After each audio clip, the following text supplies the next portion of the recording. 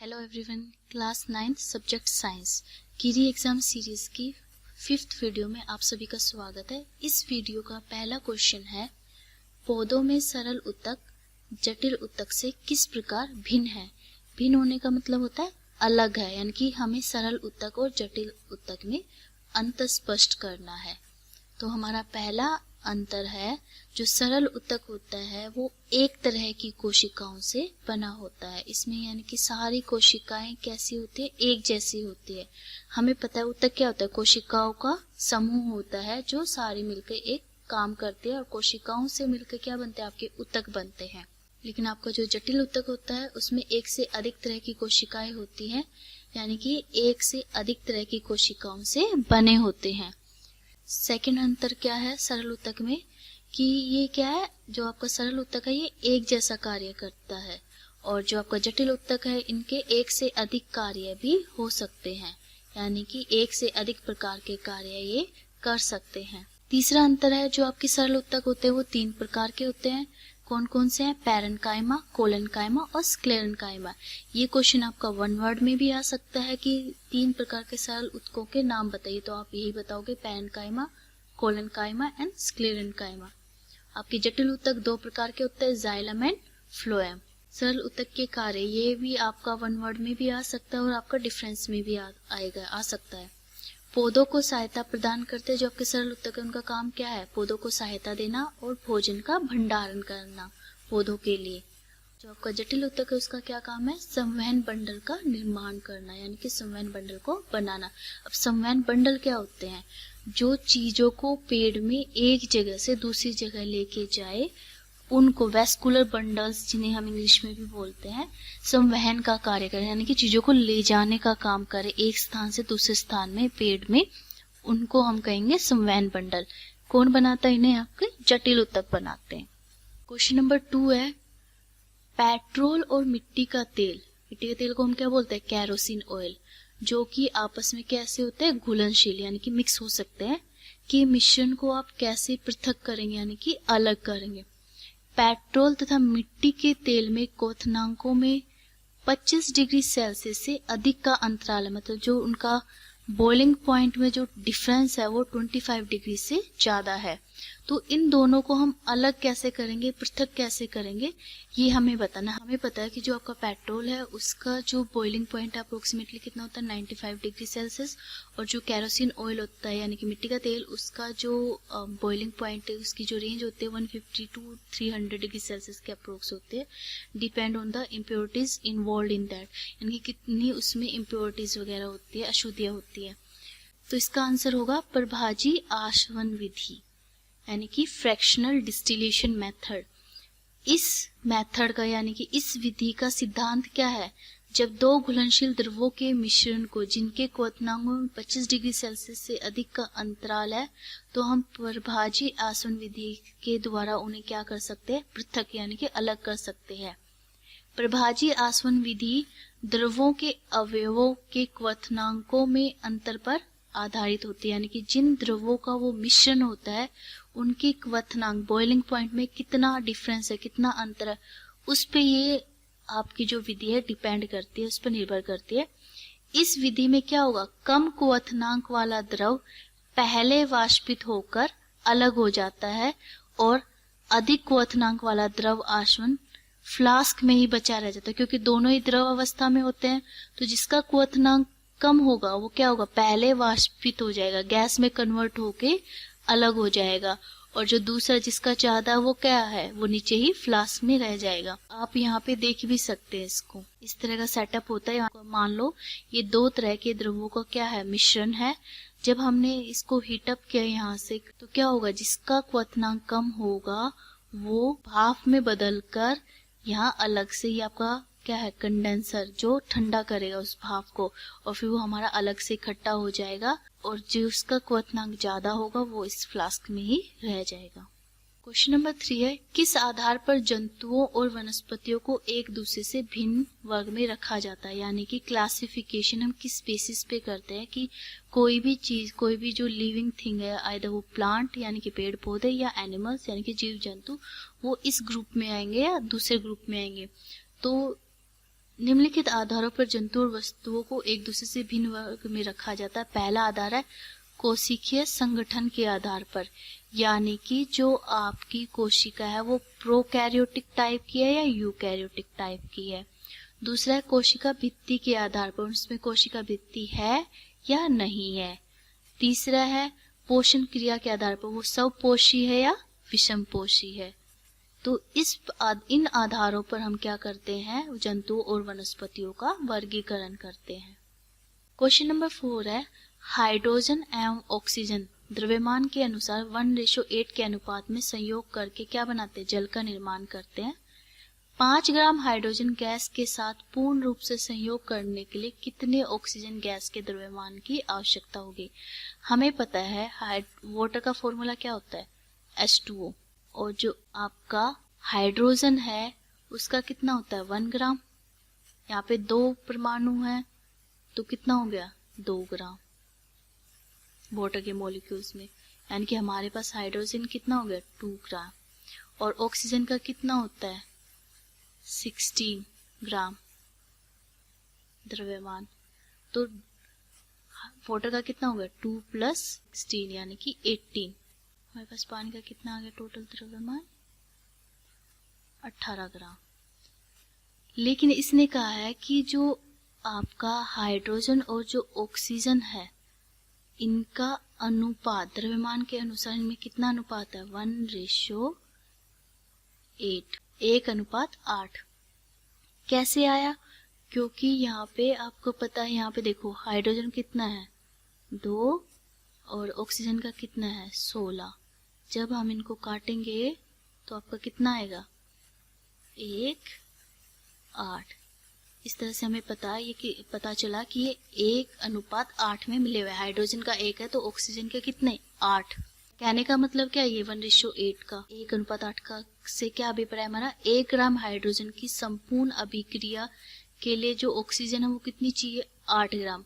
लेकिन क्वेश्चन में हमें पूछा कि 5 ग्राम हाइड्रोजन की संपूर्ण अभिक्रिया के लिए कितनी ऑक्सीजन चाहिए। तो हम क्या करेंगे, इस 5 को 8 से गुना कर देंगे। 8 हमारा किसका था ऑक्सीजन का, और हाइड्रोजन का हम कितना लेंगे 5, तो टोटल आ गया 40 ग्राम। यानी कि 5 ग्राम हाइड्रोजन गैस के साथ पूर्ण रूप से संयोग करने के लिए कितने ऑक्सीजन गैस के द्रव्यमान की आवश्यकता होगी 40 ग्राम की। क्वेश्चन नंबर 5 है एक अग्निशमन कर्मचारी को तीव्र गति से बहुतायत मात्रा में पानी फेंकने वाली रबड़ की नली को पकड़ने में कठिनाई क्यों होती है, स्पष्ट करें। इसका आंसर है गति के तृतीय नियम के अनुसार किसी क्रिया की प्रतिक्रिया सदैव कैसी होगी, बराबर तथा विपरीत दिशा में होगी। अगर आपकी क्रिया इस दिशा में हो रही है तो आपकी प्रतिक्रिया क्या होगी, दूसरी दिशा में होगी। पानी जिस बल से आगे की ओर जाता है वह उतना ही बल क्या करेगा, प्रतिक्रिया के रूप में पाइप पर लगाता है। इसीलिए अग्निशमन कर्मचारी को तीव्र गति से बहुतायत मात्रा में जब पानी फेंकने वाली रबड़ की नली को पकड़ने में कठिनाई होती है, क्योंकि जितनी फोर्स से पानी बाहर निकलेगा, बल से पानी बाहर निकलेगा, उतना ही बल पाइप पे भी लगेगा अपोजिट डायरेक्शन में, विपरीत दिशा में। इसीलिए जो फायरमैन्स होते हैं उनको पाइप को पकड़ने में कठिनाई होती है। हमारा क्वेश्चन नंबर 6 है बैलों की एक जोड़ी खेत जोतते समय किसी हल पर कितना बल लगाएगी, 140 न्यूटन, यानी कि 140 न्यूटन क्या करती है वो उस पर बल लगाती है। यानी कि हमारे जो एफ है वो कितना दिया हुआ है 140 न्यूटन। जो जोता गया खेत वो कितना लंबा है 15 मीटर, यानी कि हमारा जो एस दिया है वो कितना दिया हुआ है 15 मीटर दूरी हमें दी हुई है यहाँ पे खेत की लंबाई के रूप में, यानी कि वो 140 न्यूटन का बल लगाते हैं और कितने लंबे खेत में काम करते हैं, 15 मीटर लंबे खेत में काम करते हैं। खेत की लंबाई को जोड़ने में कितना कार्य किया गया। अब हमें पता है जो काम होता है यानी कि जो कार्य होता है वो होता है W = F × S, यानी कि खेत की लंबाई जोतने में किया गया कार्य क्या होता है, बल गुना में बल की दिशा में किया गया विस्थापन। तो आपको यहाँ पे F कितना दिया हुआ है 140 और जो आपका एस दिया हुआ है यानी कि आपका विस्थापन दिया हुआ, वो कितना दिया हुआ है 15 मीटर।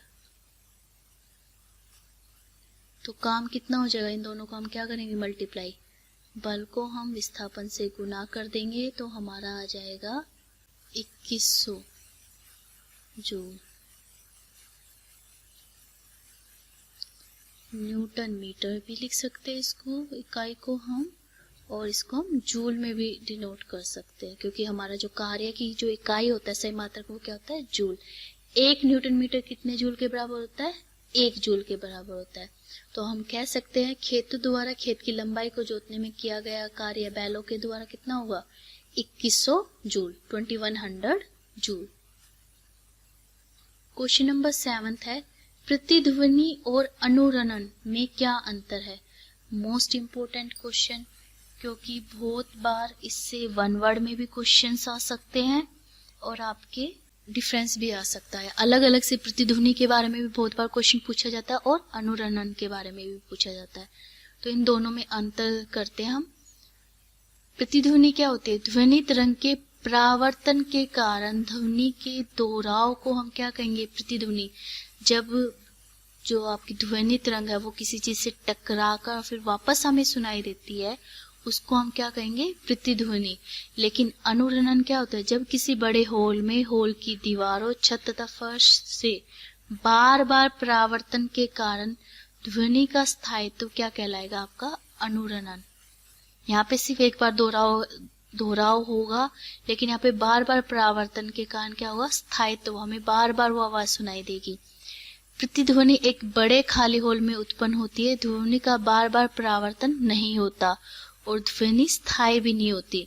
लेकिन अनुरणन में क्या होता है, ध्वनि स्थायी हो जाती है और स्थायी होने के कारण अनुरणन है वो कई बार ज्यादा लंबा हो जाता है और जिसके कारण ध्वनि धुंधली, विकृत और भ्रामक हो जाते हैं, यानी कि हमें क्लियर सुनाई नहीं देता। क्वेश्चन नंबर 8 है, एसीटोन, पेट्रोल या इत्र डालने पर हमारी हथेली ठंडी क्यों हो जाती है। हमें आपने कभी एसीटोन, जिसे हम नेल पेंट रिमूवर भी बोलते हैं, नेल पॉलिश को रिमूव करने के लिए जो हम लिक्विड यूज करते हैं, द्रव यूज करते हैं, अगर आपने कभी उसे हथेली पे डाला हो तो आपको बहुत ठंडक सी महसूस होती है। या फिर इत्र वगैरह, सेंट वगैरह लगाने पर अगर हम हथेली पे डालते हैं तो वो भी हमें ठंडे महसूस होते हैं। और पेट्रोल से भी ऐसी फीलिंग आती है, कूलिंग वाले सेंसेशन आते हैं। तो ऐसा क्यों होता है, इसका आंसर होगा एसीटोन, पेट्रोल या इत्र डालने पर हमारी हथेली इसलिए ठंडी हो जाती है क्योंकि इसके कण हथेली या उसके आसपास से ऊर्जा प्राप्त कर लेते हैं और वाष्पीकृत हो जाते हैं। क्योंकि जिससे क्या है, ये हमारी हथेली और आसपास से क्या ऊर्जा को प्राप्त कर लेंगे और भाप बनकर उड़ जाते हैं, जिससे हथेली पर क्या महसूस होते है, शीतलता। वाष्पीकरण के कारण ही हमें क्या महसूस होती है, शीतलता महसूस होती है, ठंडक महसूस होती है। क्वेश्चन नंबर 9 है, ग्रीन हाउस प्रभाव क्या है। इसको दो तरीके से वन वर्ड में कैसे पूछा जाएगा, कुछ ग्रीन हाउस गैसेस के नाम बताइए। तो आपका सबसे जो main important green house gases है वो आपकी methane and carbon dioxide. Second इसकी डेफिनेशन पूछ सकते हैं और या इसके कंसिक्वेंसेस, यानी कि इसके क्या प्रभाव पड़ रहे हैं, इसके कारण क्या नुकसान भी हो रहे हैं हमें। कुछ गैसेस जैसे मीथेन, कार्बन डाइऑक्साइड आदि पृथ्वी से ऊष्मा को पृथ्वी के वायुमंडल से बाहर जाने से रोकती है, जिससे वातावरण का औसत तापमान बढ़ जाता है। इस प्रकार के प्रभाव को हम क्या कहेंगे, ग्रीन हाउस प्रभाव कहते हैं। ग्रीन हाउस प्रभाव के कारण ही वैश्विक ऊष्मीकरण यानी कि ग्लोबल वार्मिंग की स्थिति उत्पन्न हो रही है, क्योंकि day by day fossil fuels के बढ़ने के कारण इन गैसेस का अमाउंट, इन गैसेस की जो मात्रा है वो हमारे पर्यावरण में, हमारी अर्थ पे बढ़ रही है, जिसके कारण ये ज्यादा से ज्यादा सूरज से आने वाली ऊष्मा को ट्रैप कर लेते हैं और उसे वापस बाहर जाने से रोकती है। इसी कारण ग्लोबल वार्मिंग की समस्या उत्पन्न हुई है। अगर इन गैसेस का, जो आपकी ग्रीन हाउस गैसेस है, इनकी मात्रा नियंत्रित हो तो ये प्रभाव नहीं होगा, तो ये इफेक्ट कम हो जाएगा। हमारा क्वेश्चन नंबर 10 है, तीव्र रोग तथा दीर्घकालिक रोगों में क्या अंतर है? तीव्र रोग यानी कि एक्यूट डिजीज़, दीर्घकालिक यानी कि क्रोनिक डिजीज़, इन दोनों में हमें डिफरेंसेस बताने हैं। तो आपका जो तीव्र रोग है, जैसे नाम से पता, तीव्र यानी कि जल्दी, तेज, जो जल्दी ठीक हो जाए, ऐसे रोगों को हम क्या कहते हैं? तीव्र रोग कहते हैं। ये रोग कम समय के लिए ही रहते हैं। लेकिन दीर्घकालिक रोग यानी कि जो लंबे समय तक रहे, ऐसे रोग जो लंबे, ऐसी बीमारी जो लंबे समय तक रहती है, उसको हम क्या कहेंगे? दीर्घकालिक रोग कहेंगे। क्योंकि ये जल्दी ठीक हो जाते तो इनका प्रभाव भी कितने समय तक रहता है? अल्प यानी कि कम समय तक होता है, लेकिन इनका प्रभाव लंबे समय तक होता है। दीर्घकालिक रोगों का प्रभाव लंबे समय तक रहता है। इसका प्रभाव शरीर के वजन पे यानी कि हमारे शरीर के वेट पर नहीं पड़ता, इसका प्रभाव शरीर के वजन पर भी पड़ता है। इसके उदाहरण है आपके, यानी कि तीव्र रोग के उदाहरण है आपके खांसी, जुखाम, साधारण बुखार, जो जल्दी ही ठीक हो जाता है 2-4 दिन में, हफ्ते में। लेकिन जो दीर्घकालिक रोग है ये लंबे समय तक होता है, साल, 1.5 साल, 2 साल, 4 साल, 5 साल और पूरी उम्र तक ये रोग रह सकते हैं। उदाहरण आपके टीबी, मधुमेह यानी कि डायबिटीज़, कैंसर, ये सब आपके किस रोग में आएंगे? क्रोनिक डिजीज़ में आएंगे, दीर्घकालिक रोग में। हाई ब्लड प्रेशर भी इसी के अंदर आता है, आपका दीर्घकालिक रोग में आता है। इसको हम ऐसे भी समझ सकते हैं कि तीव्र रोग होने से क्या होगा? हम 2 दिन, 4 दिन या हफ्ते तक स्कूल से छुट्टी ले सकते हैं, और फिर ठीक होने के बाद हम अपने रोज का जो रूटीन होता है, हर रोज की जो दिनचर्या है, उसको अच्छे से निभा पाते हैं। लेकिन दीर्घकालिक रोग में लंबे समय तक इस रोग के प्रभाव के कारण क्या है? हमारी शारीरिक क्षमता भी घटती जाती है, और इसका प्रभाव हमारे मानसिक स्वास्थ्य पे भी पड़ता है, जिससे हम चीज़ों को समझने में भी हमें कठिनाई होती है। यानी कि इसका प्रभाव हमारी पढ़ाई पे या हमारी मानसिक स्वास्थ्य पर नहीं पड़ता, लेकिन दीर्घकालिक रोगों का प्रभाव हमारे मानसिक स्वास्थ्य पर भी पड़ता है। हमारी समझने की क्षमता, कंसंट्रेशन, ध्यान लगाने की क्षमता, इन चीज़ों पर इसका इफ़ेक्ट होता है। आज के लिए इतना ही। Thanks for watching this video. For more videos subscribe my channel and press the bell icon. Thank you.